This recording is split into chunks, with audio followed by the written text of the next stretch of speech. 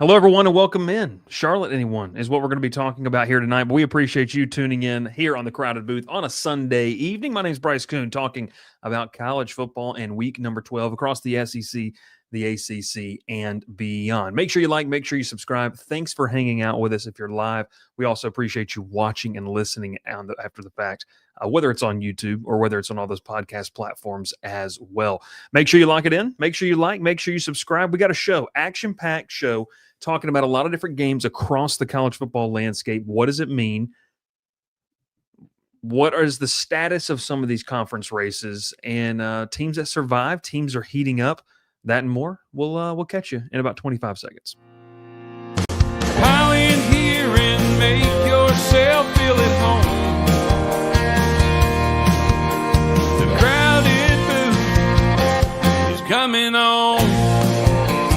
The Crowded Booth with Bryce Koon.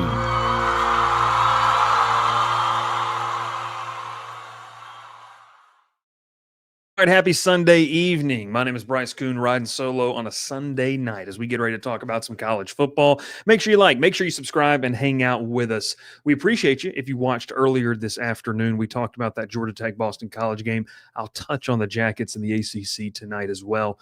But ACC, SEC deep dive here on a Sunday night. What happened across the country? Why did it happen? And what does it mean? We'll do a different show because it's just me riding solo. We're going to go through some of the games. I'm excited to kind of get into it. Let's start off with this. Let's kick it off here.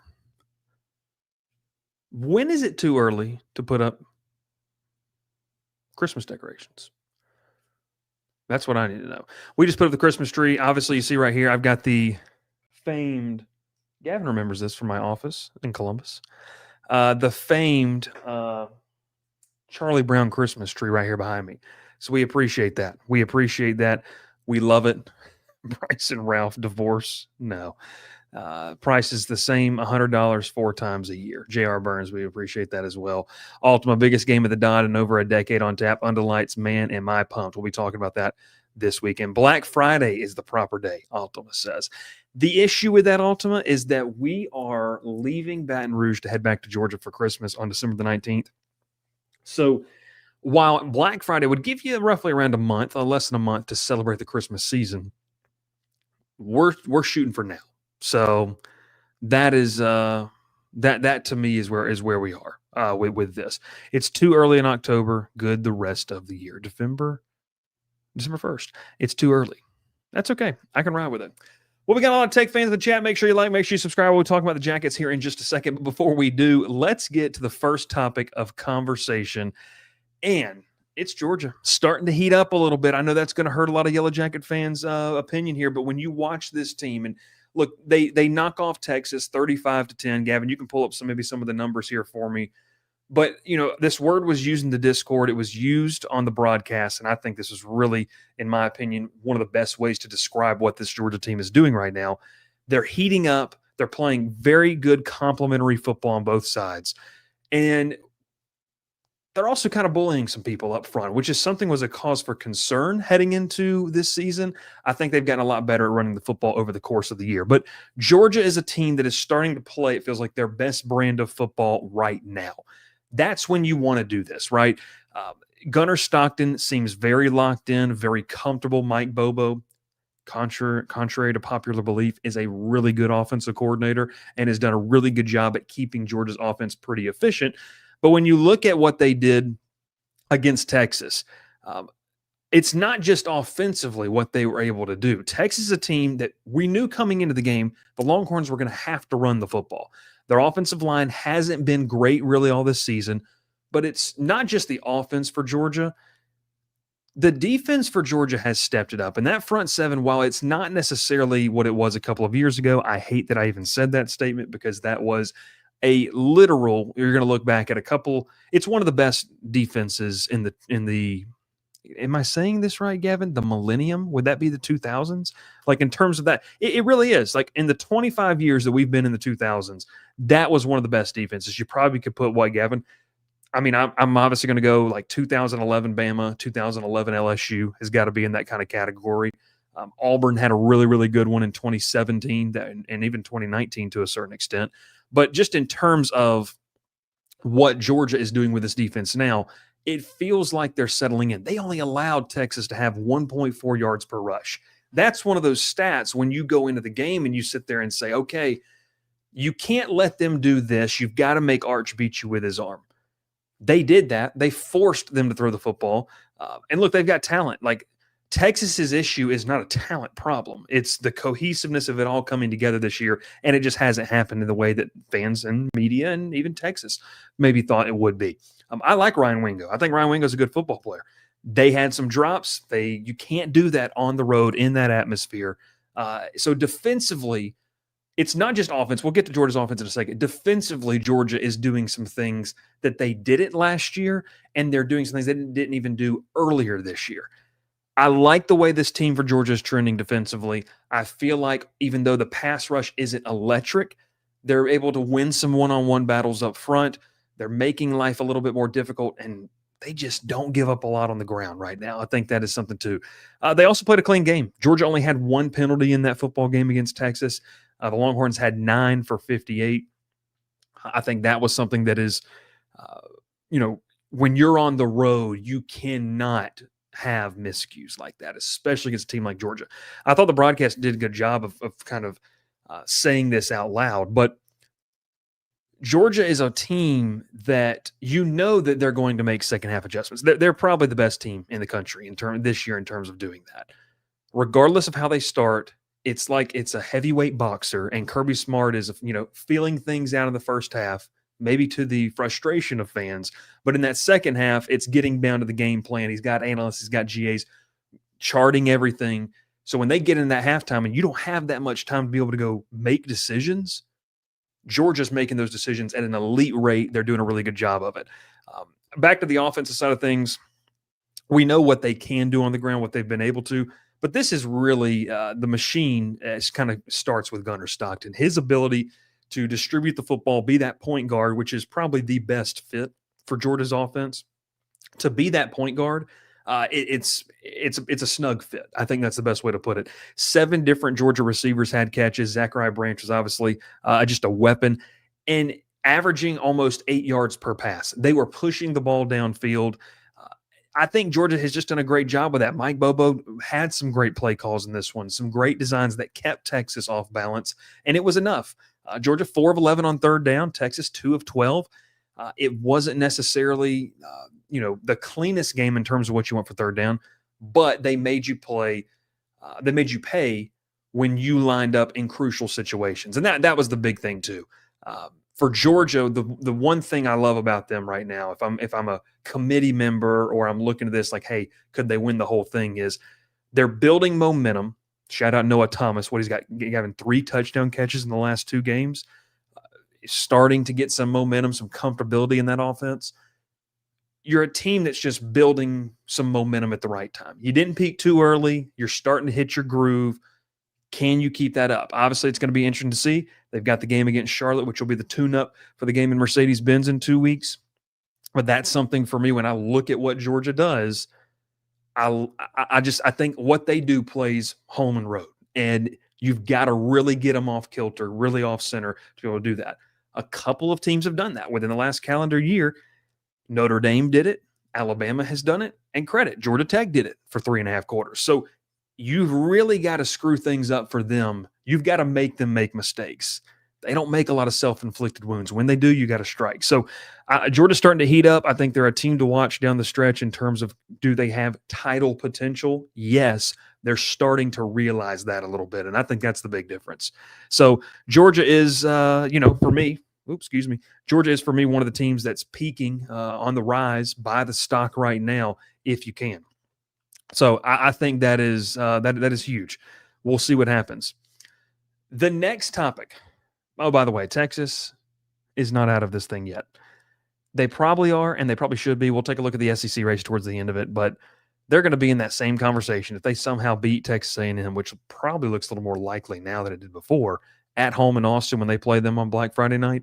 If they have an opportunity and they go beat Texas, I don't think, or A&M, I don't think Texas should be in, but I will tell you, they will be in the same position that Bama, Ole Miss, and South Carolina will be in. That 9-3 team with a marquee win that, and just it's one of those things where it's like they shouldn't be, but they're going to be in the conversation above some other teams. That's how that will go. So Georgia, I like the way that they're playing. They're playing a really, really good brand of football. I talked about this, and we move on to the second topic here. I talked about this earlier today. Georgia Tech stays alive.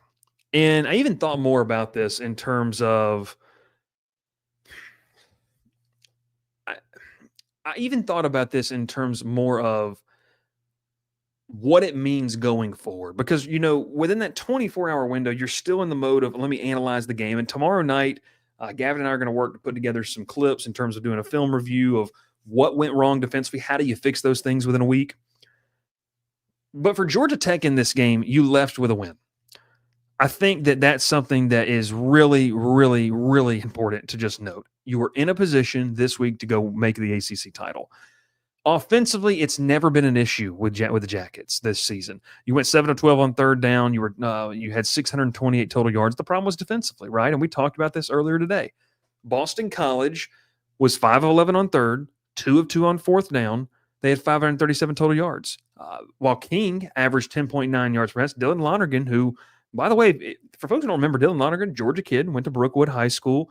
Gavin, I'm not wrong the fact that he was at Alabama for a year, thought he might play baseball and football. He might even, I don't remember if he was drafted, but there was a lot of talk about him being drafted out of high school to play baseball. Just bottom line, though, the kid slung the ball on you, right?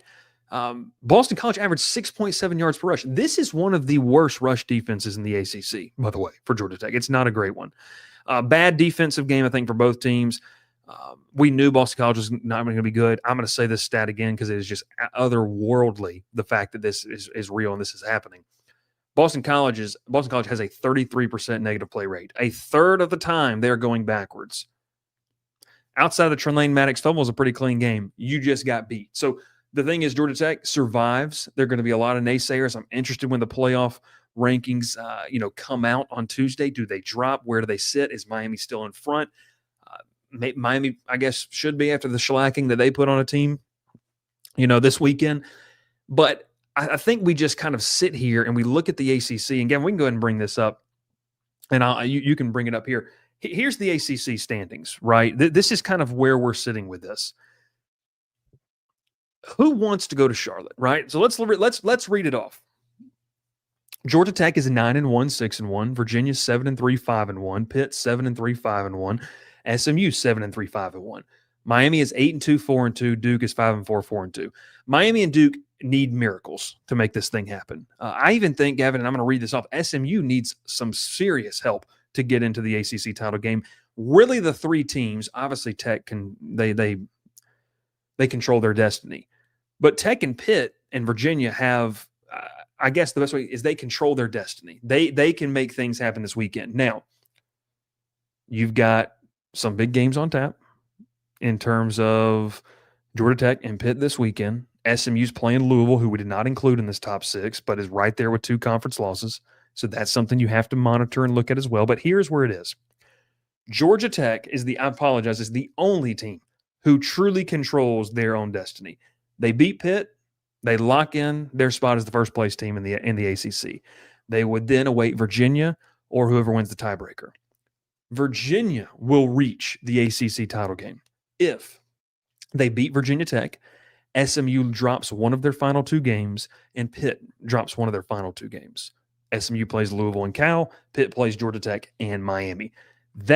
In that scenario, actually, by the way, Virginia, by the virtue of the tiebreaker against Georgia Tech, even if Tech beats Pitt, and let's say Pitt loses to Miami, Virginia would be the number 1 seed. This is part of the tiebreaker rules. Miami would reach the championship game. This is where it gets crazy. There's 2 different scenarios. So make sure you got your pen and paper. Write this down. Here we go. Miami reaches the ACC title game in scenario number 1 if they beat Virginia Tech and Pitt, so they win out. Virginia beats Virginia Tech. Pitt beats Georgia Tech. Duke beats North Carolina. SMU beats Louisville. Cal then beats SMU. Wake Forest beats Duke. In that scenario, it would be a 7-1 obviously in conference Virginia team against a Miami 6-2 team who would have a 4-way tiebreaker advantage over Georgia Tech, Pitt, and SMU. The second scenario, people listening to this are going to be like, what are we in school? Are we in class? Well, this is ACC conversation who places a heavy emphasis on academics. The second scenario for Miami to make it is they have to obviously win out, beat Virginia Tech and Pitt. Virginia beats Virginia Tech. Pitt beats Georgia Tech. Duke beats North Carolina. Louisville beats SMU. SMU beats Cal, but then Wake Forest beats Duke. Very interesting, because the only thing that switches in that is if Louisville beating SMU, but then SMU going and beating Cal. It would still, by the way, be Virginia and Miami in the ACC title game. This is crazy. Yes, this is the Dutch and Infinity War. Yeah, we're not even done yet, so just buckle up. We still have 2 more teams to go through. Pitt reaches the ACC championship game. If they win out against Georgia Tech and Miami, SMU loses one of their last 2 against Louisville or Cal, and then Virginia beats Virginia Tech. In that scenario, it would be a Pitt versus Virginia, both teams 7-1 in the conference. They would go to Charlotte. The second scenario would be that they beat Georgia Tech and Miami. SMU beats Louisville and Cal, so they have to beat both of them. Then Virginia Tech upsets Virginia. In that scenario, it would be Pitt and SMU heading to Charlotte. And then, obviously, one of our favorite programs to be around. Here we go. SMU reaches the ACC championship game if they beat Louisville and Cal. Virginia Tech upsets Virginia. That's the big one. Pitt beats Georgia Tech and Miami beats Pitt. In that scenario, it would be SMU and Pitt go to Charlotte with the tiebreaker advantages. Pitt would have that, or both teams would have it over Miami, Virginia, and Georgia Tech. Pitt would. So that's a lot of information to take in. What do we know about this ACC race? Okay, so the thing that we know about this ACC race, and I'll put that as obviously we've been talking about it here for a couple of minutes, but you're starting to kind of see the muddy waters clear. If you're a Georgia Tech fan and you're looking at this thing, just win and you're in, and you don't have to worry about anything else. You win this game against Pitt on Saturday, it's over. You're in. You turn your full attention to go and win a rivalry game in Mercedes-Benz Stadium, and then you get ready to go play for a playoff spot. That's it. Brent Key said this in the post game, essentially, in so many words. This is a playoff from here on out. Every single game has to be taken like that. There's no room for error. Thought it was a good message. It's a true message. So in that ACC scenario, with what happened this weekend, that's your ACC race update. It looks like it should be Georgia Tech and Virginia. There's still some other categories that can be had, but Georgia Tech's in the driver's seat. Everyone else needs some help. That's why that win against Boston College was so much more important than we may even think it is. Kevin, I hesitate to even look at what it would have been, the hypothetical, if they would have lost to Boston College on the road. Just absolutely just something, it would have been crazy, absolutely crazy. So that to me is something, when you look at this ACC race, Georgia Tech is clearly out there as the front runner. Who's going to meet them? Jackets got to take care of business this weekend. We'll kind of see, obviously, what happens there going forward. That's your ACC race update. And that one's going to be presented by, we're going to give that one a whole sponsor by our friends over at Section 103. They love the ACC. They love the SEC. They love the Big, well, I don't know if they love the Big Ten. I have to ask them about that. But they do love the Conference USA and the Sun Belt over there as well. Make sure you use code TCB10 for 10% off your order today. You're checking them out. You're having a good time. We appreciate you for making them not only a part of our show, but bridging these two brands together. They do a fantastic job. And once again, they're in for the 4th straight year. They're another presenting sponsor of this show. Okay, so rolling right along. Gavin, we don't even have to talk about the SEC race because it's really kind of self-explanatory with what's happening now. Nothing can be determined now until Thanksgiving weekend. That's the big rule. Chuck Dunlap of the SEC came out today and said that's essentially where they're sitting here. Texas A&M plays Samford, Georgia plays Charlotte, Alabama plays Eastern Illinois. So nothing's going to be solved this weekend. Now, if A&M would have lost to South Carolina, that would have made things very, very interesting. Let's talk about it. A lot of fanfare, a lot of conversation on the phone about what was happening with some Heisman rankings as we headed into the weekend. A lot of debate, a lot of conversation. Not even really debate, just a lot of good old fashioned smack talk. Going around. Kevin says, "Talk about the stupid cop." We will. That's our loser of the week, by the way. A&M deserves 110 million% of the credit in this. They're down 30-3. Okay, 30-3. This team is down, and I don't know what Mike Elko said at halftime, and I know that question was posed to him. Mike Elko had just signed an extension. You go out in front of your home crowd, and you fall flat in front of a 3-6 team. Now, look, South Carolina has talent at some spots, okay? This is fair to say, Gavin, a top 5 edge rusher in the country, and a quarterback who has not delivered on his projections this year, but is still an insanely raw, talented player. So there was a recipe for things to get interesting. I don't know in anyone's handbook, guidebook, whatever your yearbook, whatever you're looking at, it was going to tell you this was going to be a 30-3 game at halftime in favor of the Gamecocks. I have no idea where that was. I don't know where that would have been in terms of being able to look at this game. What I can sit here and tell you, though, is this was an absolute tale of two halves for Marcel Reed. I watched this kid a couple of weeks ago in Death Valley experience the mystique and Gavin, you watched the game. It was a nightmare of a first half for him. Multiple opportunities. Texas A&M had the opportunities to blow the game wide open, could not do it. Multiple turnovers. It allowed the crowd to get into it. This was at home. This is not supposed to happen in Kyle Field. He goes out, has a nightmare half. Luckily, cooler heads prevailed here, but man, he was getting ready to be ripped off every single Heisman ballot, including mine, after that first half. This is why you're not reactionary, though. This is why you watch the full 60 minutes, and more importantly, you watch the football games. 3 touchdowns in the second half, 300 yards passing. He went absolutely off and looked like the guy who has the third best odds per any sports book that you're looking at right now, pretty much, as the third best odds to win the Heisman. So when you talk about this game, A&M has a lot of talent, and November has been an unkind month in the Texas A&M SEC era for over a decade now. Has not been a kind month. Gavin, I know it's going to take way too long if there's any opportunity. I'd love to go see what their November record in SEC play is.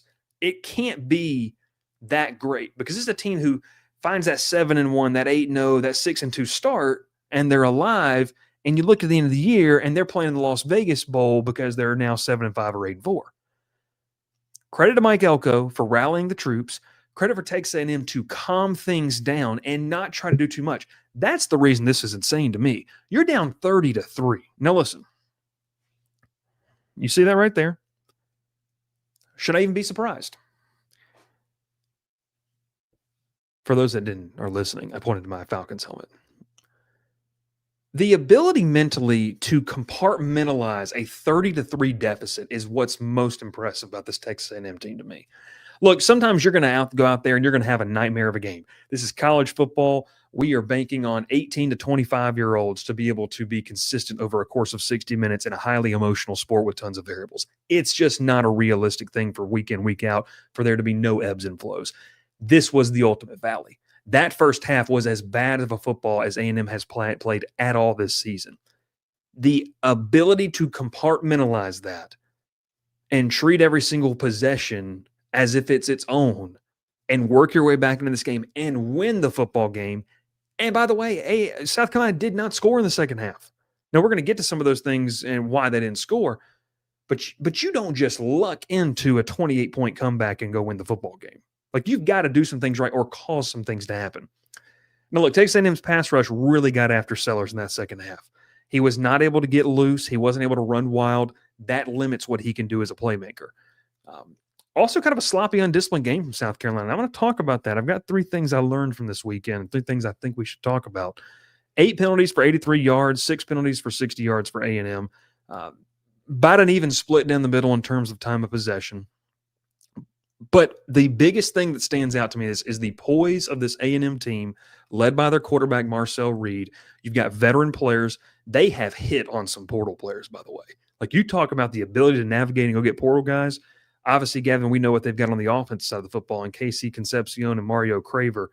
I don't really say this, but Mario Craver, he hit my Bolitnikoff ballot this week. So when you talk about players making plays, A&M has that across the board. The ability to just focus in on what needed to happen, that's what stands out about this group and this team. And that's why I think they can go win a national title, because you experience the absolute valley, the pit of what you could possibly do at home against a team that is massively underachieved this year and is not very good. You did all of that. Like, it cannot get any worse than what happened on Saturday in that first half. A&M fans are knocking on wood right now, but you went out and you were able to make some plays and do some things. That speaks volumes about the resolve and the mental fortitude of this team. So hats off to Mike Elko. Hats off to Marcel Reed. There's a reason Marcel Reed's going to be in my Heisman ballot when we release this tomorrow. And Saturday's a big reason why. It's not just about being perfect all the time. It's about the mental resolve to be able to do some things when nothing is going right. And nothing went right in that first half. Gavin just threw me this stat. SEC teams were 0-286 when down by 27 or more at the half. We might need to get that as on a graphic. That is insane. 0-286 this season. It's crazy. Ultima says, I didn't know South Carolina idolized that Atlanta Falcons 28-3 collapse so much. I can't talk about it.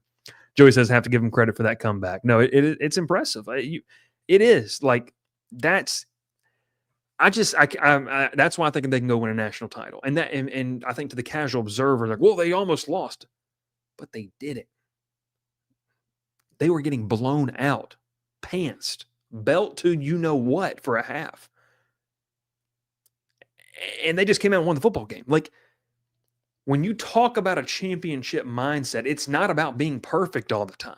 It's about being able to bounce back quickly, compartmentalize, and move on and take it step by step. And they did that, man. They needed some help, of course. That's how the ball bounces different ways sometimes. That's impressive what A&M did on Saturday. So it, to me, that's impressive to me. Going to another game, staying within and we're going to talk about Shane Beamer here in a little bit, but going to another game. The Sooners, shout out my boy Maxwell. Gavin was excited about this one.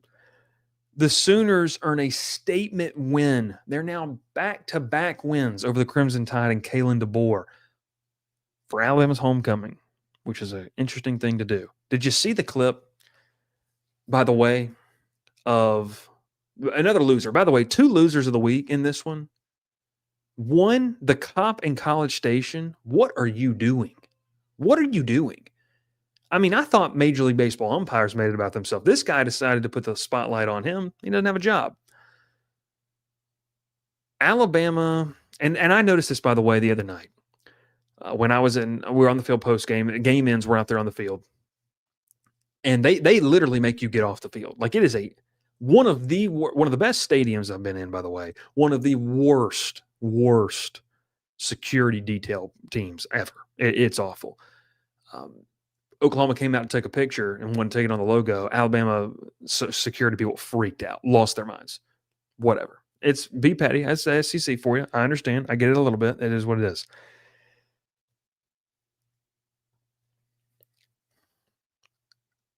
Oklahoma, we didn't even really talk about this game, and that's a hand-up situation. Because I think, and Gavin, you can agree with me here, we all just kind of agreed, and I think Will even said this on last Sunday's show, yeah, it's a matter of time.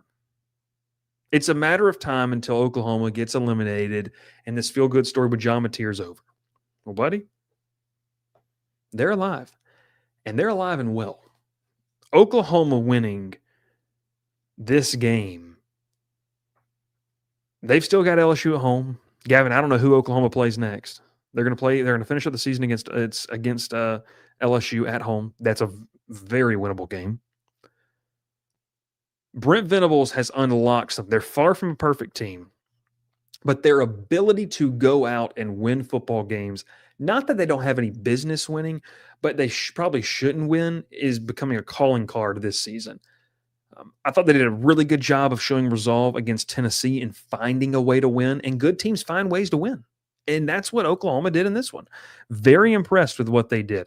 Mateer didn't have a career day, to be honest with you. 212 total yards for this Oklahoma offense. It wasn't a great offensive day, but Brent Venables' defense, They allowed 406 yards. Ty Simpson had over 300 yards passing. They couldn't run the ball, and they forced turnovers, and they capitalized. That was the absolute that's in this game. And people tell me, well, you can't expect to do that every single week. And I hear you. I completely 110% agree. But you're what? You're 9-2 now? No. They're 9-2. So they have one more game. They got to no, they're 8-2.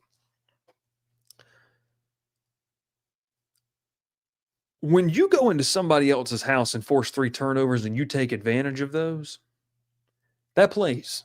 That bucks the idea of you can't do that every single time. Because when you go into Bryant-Denny Stadium and do that, and that's a place that Alabama does not lose, they do not lose in Bryant-Denny Stadium, that is impressive. So shout out to Brent Venables. They've done a lot of great things after losing some veteran players on that defensive side of the football. I like where Oklahoma is at. They've got a nice prime position to be able to do some things here. They're going to play Missouri, and then they're going to play LSU with a clear path to a playoff spot now. Like the playoff picture for Oklahoma, it was murky. It's not quite the emerald beaches of the Gulf Coast, but it's not Savannah. So take that for what you want. I think that's one thing too. Oklahoma had no turnovers. They averaged 2.6 yards rush. Bama can't run the football. I mean, they didn't run the football against LSU 2 weeks ago. So 2.4 yards per rush, Alabama couldn't do it. And look, I think when you look at this too, there's a lot of similarities to the way Venables played them and that you saw back in that Florida State game. They overwhelmed Ty Simpson. If you can get to him as any quarterback, you can. He's not mobile enough to make you pay. Like he's not going to move around enough to make you pay. He can create a little bit. He's not outstanding. And Gavin does feed me this one. This is DeBoer's first loss in the black hoodie this season. So love Oklahoma's defense. I think Brennan Venables is creating that identity. It's taken him a while. This was a really, really big win, and now you're poised for a playoff spot. So I like what they've done. I totally like what they've done.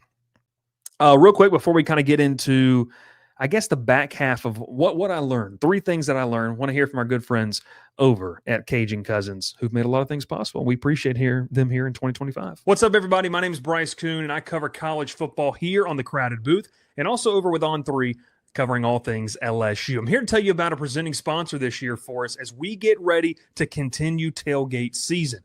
It's our friends over at Cajun Cousins Company, based in South Carolina, but serving the entire Southeast with a little bit of that Louisiana flavor.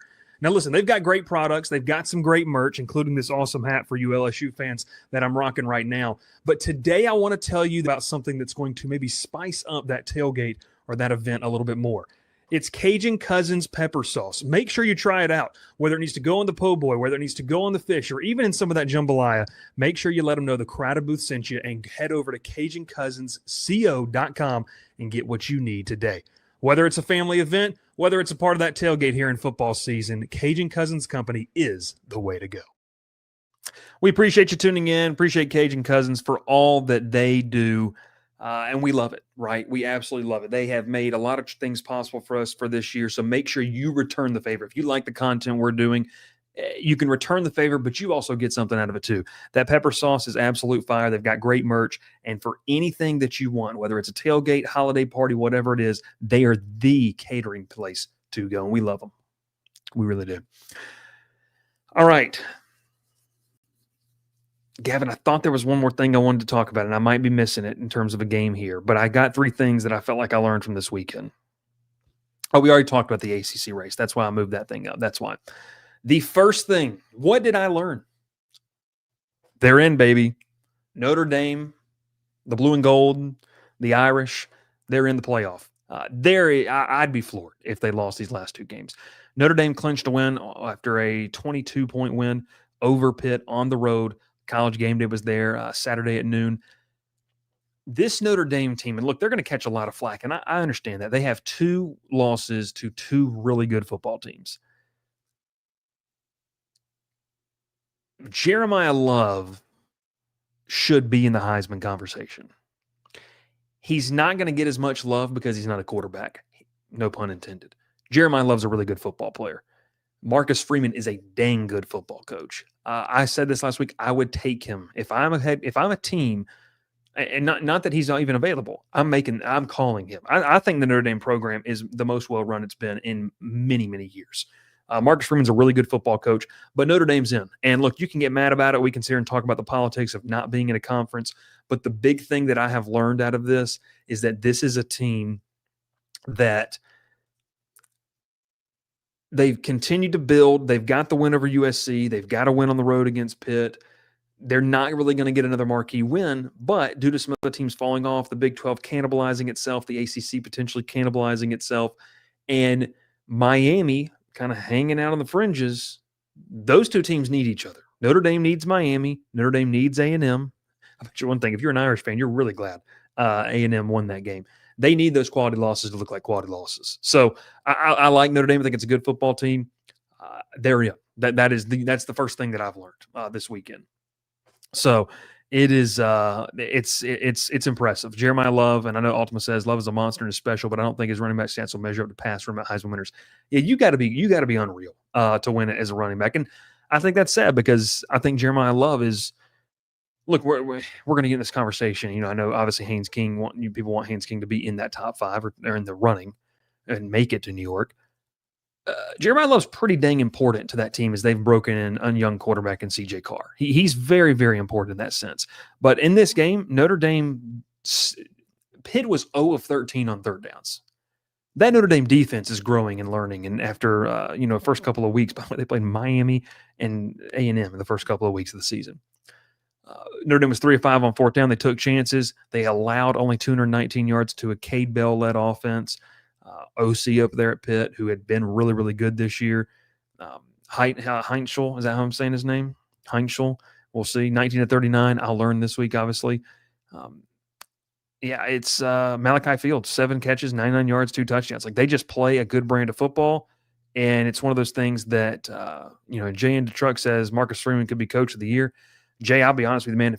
Like I said earlier, if I'm a team that has an opening, I don't think he's leaving. I think he'd be crazy to leave. You're making the call. Like, you got to make the call. Marcus Freeman's one of the best coaches in college football, in my opinion. All right, the second thing that I have learned. I'm really excited to talk about this one. Lane Kiffin might just leave. Ole Miss survives against Florida, and it's a weird Florida team. I mean, look, when you look at that team on paper, they have way too much talent to be in the situation that they're in. They've not had great coaching. Billy Gonzalez, the interim, is a Florida lifer. He's been trying to make some things happen. They've come close, right? They almost beat Georgia and Jacksonville.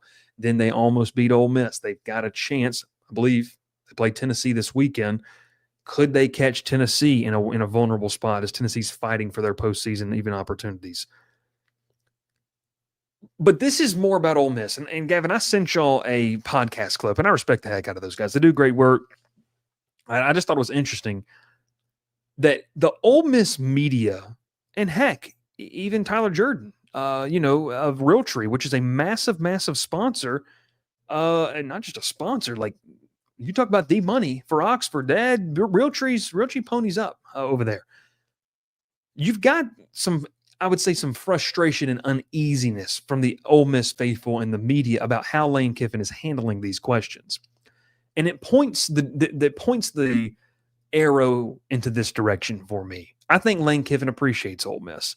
I think that he is smart enough to realize the opportunity that could happen elsewhere. Now, listen, the grass is not always greener. It is not a guarantee if Lane Kiffin leaves that he wins a national title, whether that's in Baton Rouge, whether it's in Gainesville, whether it's anywhere else. You're never guaranteed anything. But I think the thing about Lane Kiffin for me when I look at this is the fact that he has not come out and straight up denied or shut down the claims.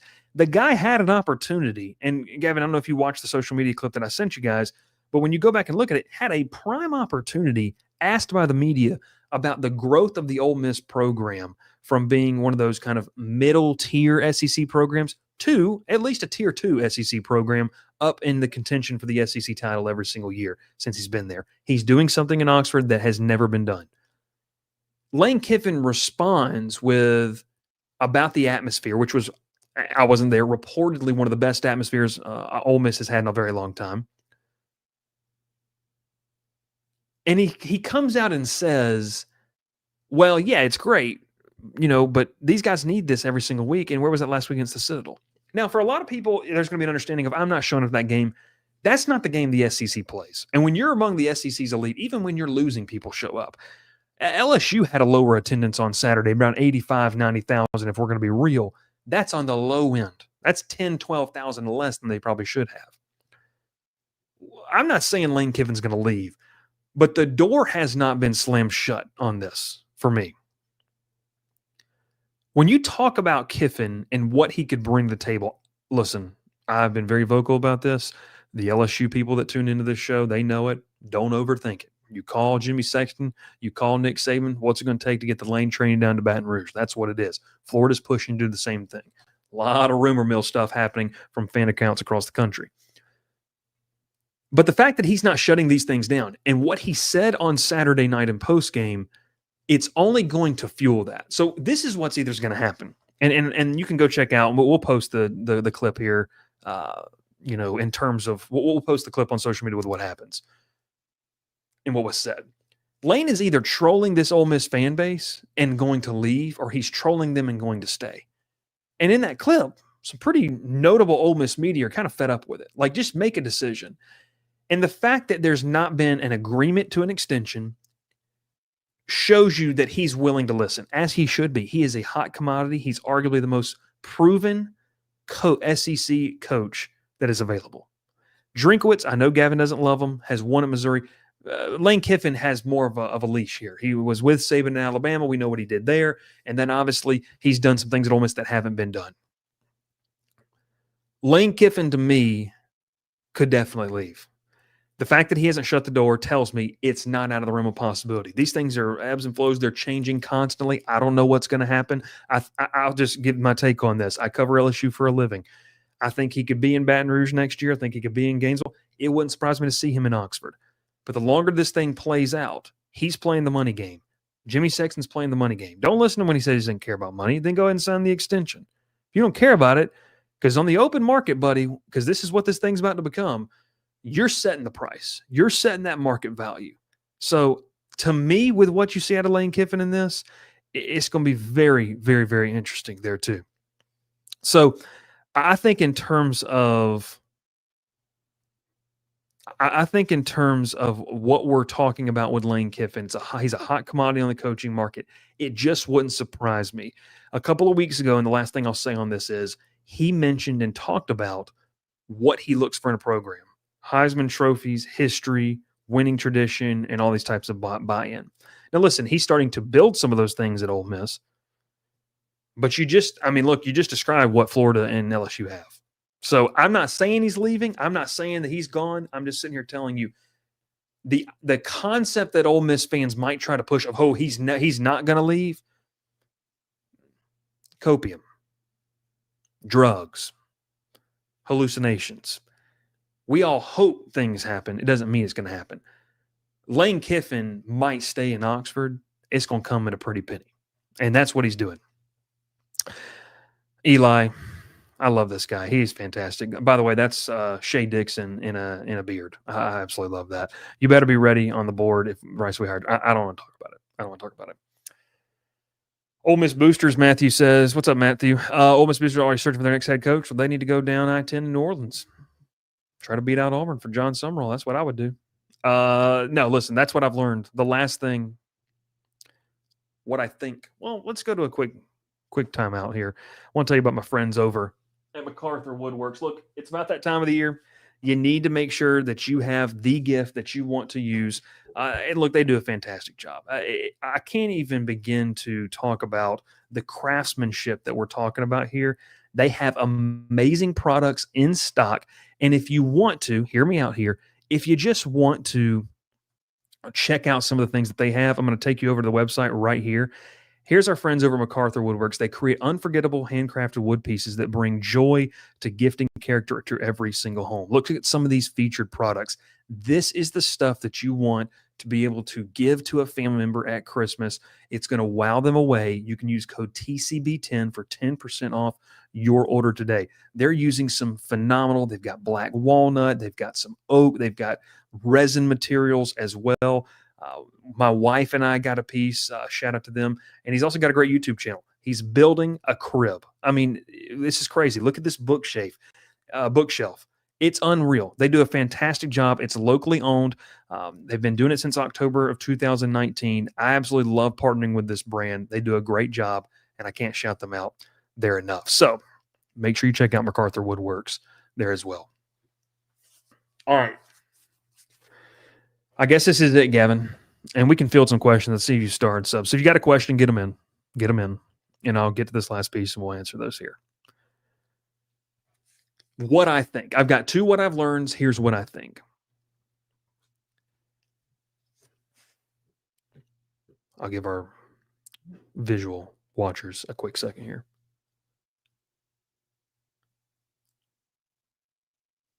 Shane Beamer should be on the hot seat. Look, I love Shane Beamer. I think Shane Beamer is an energetic guy. I think he's a perfect guy to be at South Carolina. South Carolina is a place that doesn't win with a sort of regularity that commands a pompous attitude. Steve Spurrier did things there that had never been done in the program's history. So when I look at South Carolina and I look and see what they're about, you expect to compete, you expect to be competitive. But when you start to take a longer look at Shane Beamer's numbers here, when you start to take a look at some of these numbers, Gavin, if I'm not mistaken, they haven't fielded a top 40 offense in Shane Beamer's tenure at South Carolina. He's had some good football players. He's had an NFL caliber football quarterback in Spencer Rattler. He's had Lenora Sellers, who's either going to the NFL or going somewhere else, in my opinion, after this year to capitalize on some draft capital. You've had some weapons. You had at South Carolina last year the most undrafted free agent signees out of any college. And you had a lot of NFL talent. This year's been a complete disappointment. Now, listen, there's several factors why I don't think South Carolina moves on from Shane Beamer right now. One, and Ultima points it out here, and we can go ahead and put that one up. Here's the real question. While the other jobs open, can South Carolina do better? Not this year. I think you give them another year. 110% agree, Ultima. I think that you're sitting in a situation to where Beamer has to deliver next year. Now, what does that look like? What does delivering mean? To me, it's 8 wins or more. If you go 8-4 and you win a bowl game, awesome.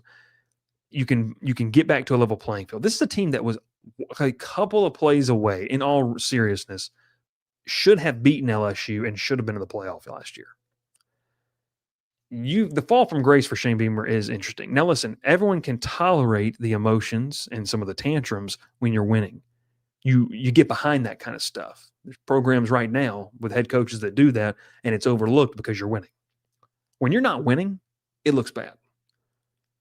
They play Coastal Carolina this weekend. And then they play Clemson.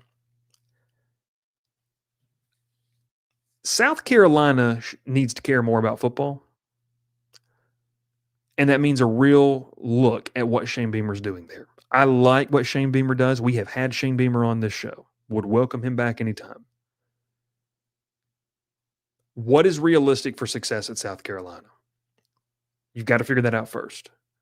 What is realistic that you're willing to pour in terms of resources to that program? Because remember, this is an athletic program that has a proud women's basketball program, has what they want to be a proud baseball program, and they want to compete in basketball. In this new revenue sharing era, can you do that and still field a top level SEC football team?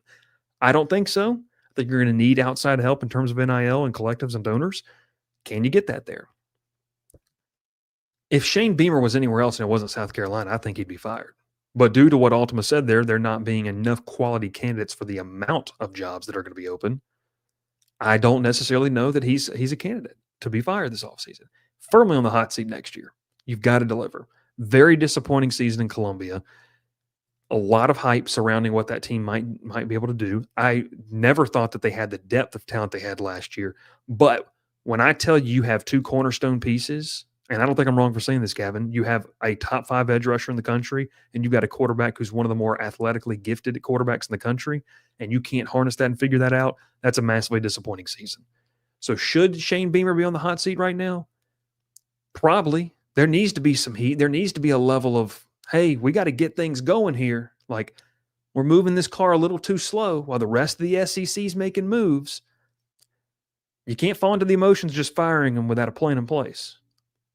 But next year is a make or break year for Shane Beamer at South Carolina. That's what I would say. All right, let's get to a couple of the questions. Appreciate you tuning in tonight. Make sure you like, make sure you subscribe. Gavin, you can just throw those up if you want. Or I got it. We'll do it there.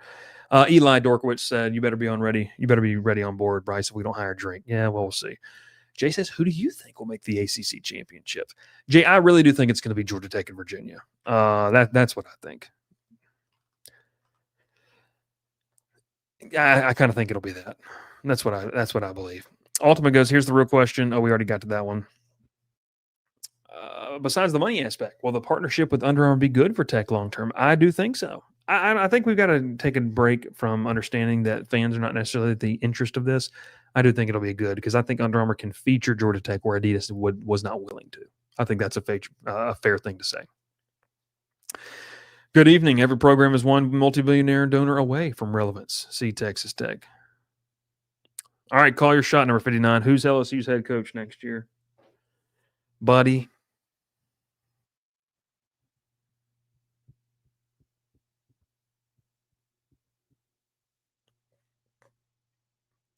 I want to say Lane Kiffin. If it's not, I just don't know. I'm going to go Kenny Dillingham. I'm going to stick with that. That's what I'm going with. Can the UA partnership get us a couple of edge rushers? Well, they do have Under Armour camps. Maybe Georgia Tech can have a bigger presence there. Ultima says, I wish Lane would stay because I think it's better for college football to have coaches who build programs from nothing to stay where they're built at. I wouldn't say he built them from nothing, but he definitely elevated them to a spot that they have never been at. And that's what's really, really important. Austin says, will Florida wait for him, though? He can't leave right this second. This is a great question. This is where we're going to end it. So talking with people down here in Baton Rouge, and I imagine the same scenarios for Florida. Let's go back to the college football calendar this year, okay? You have early signing day, that first week. What is the first Wednesday in December? Second Wednesday in December? Then you've got playoff games, and then you're going to be moving into the portal opening on January the 2nd. If Florida doesn't have a head coach on December the 15th and LSU doesn't have a head coach on December 15th, we are in for a riveting month of December in terms of the head coach search. Because you know who they're going after. And that's if Ole Miss holds and obviously makes the playoff. I don't, and just from talking to people down here, there is not an issue for waiting for Lane Kiffin on LSU's part. I can't speak to Florida, don't know about that. But I do understand both sides. Would you be sacrificing a 2026 season in terms of being able to build the roster in full? Maybe. Maybe you would. If Ole Miss somehow wins a first-round game, now you're playing, when the portal opens, it could make things very interesting. But you've got to be making this higher with the thought process of you don't want to make it again in 2 to 3 years. So if you feel like in your heart of hearts that Lane Kiffin is the guy to go get,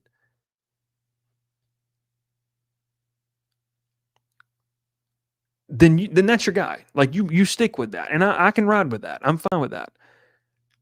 But to people's point, like if someone comes up to Florida, I mean, look, I think Jed Fish is still a name that Florida could look at, Florida alum. If I said earlier, Kenny Dillingham, who's not going to be in the playoff for Arizona State, we believe there's still a chance they could win the Big 12 title game. I did some math on that today. But let's just say that he's not. If Kenny Dillingham, if somebody tells you yes on December the 8th, which is that Monday or Wednesday or whatever it is after the conference title weekend, which is typically when coaching hires are announced, if somebody tells you that, do you have the guts to say, no, we're good, we're going to wait? That would be the interesting part of this thing. And I don't know if we have the answer to that, to be honest with you. I think there's a lot of concern, a lot of worry that things could go a different way. So we'll see what happens. I don't know. I think if you look at it from an LSU perspective, the one thing that you'd like if you're worried about recruiting is that, hey, guys are going to want to come play for Lane Kiffin. And your high school recruiting class is a lot of guys with LSU and Louisiana ties. So if you play the thing smart, you're probably not going to lose some of these commits. Now, Florida, I can't speak to because I don't cover the team from a daily basis. So I think that's the best way to kind of put that there. And I don't even know if it would be it's not even a true rebuild. I think you could win next year. I think you could be a playoff team next year with Lane Kiffin. So We appreciate everyone watching, riding solo tonight. If you enjoyed it, let us know. I appreciate you guys sticking with me. Over 200 people watching consistently live tonight. So that is awesome. Continue to grow those numbers. A couple of things and tidbits here for you. Once again, Crowded Booth College Football Tour is continuing with a doubleheader Thanksgiving weekend. Friday afternoon, we will be at Clean Old Fashioned 8 in the Blue Lot outside Mercedes-Benz Stadium. And then the next day, we will be on the loveliest village on the plains for a potential – this game just got a lot more interesting. Alabama fighting for playoff lives. Auburn fighting, as long as they beat Mercer, Auburn going to be fighting for bowl eligibility in that game as well. So make sure you lock it in. Pay attention to the socials. We're going to be having some tailgates, hanging out, and then obviously building up to the plans. If Georgia Tech takes care of business this week, heading to Charlotte for the ACC title. So I appreciate you. Thanks so much for watching. Continue to subscribe. Continue to grow those numbers. It is much appreciated. Shout out to our sponsors. We're growing. We love it. We appreciate you there as well. Shout out Gavin there in the background. Hit the like button. Thanks for the stream. I thank you, Ultima, for hanging out with us. Reminder for people in programming note, tomorrow night, live at 7:30 Central, 8:30 Eastern, we're going to be diving into a defensive tail of the tape defensively against what this Georgia Tech team is struggling with. How can it be facing, identifying some of those issues? I love that. It's great. So we appreciate it. Thanks so much for hanging out with us, and we'll catch you next time here on the Crowded Booth tomorrow night, Wednesday night, Thursday night. Stay locked in, set up notifications. We'll see you then. Pile in here and make yourself feel at home. The Crowded Booth is coming on. The Crowded Booth with Bryce Koon.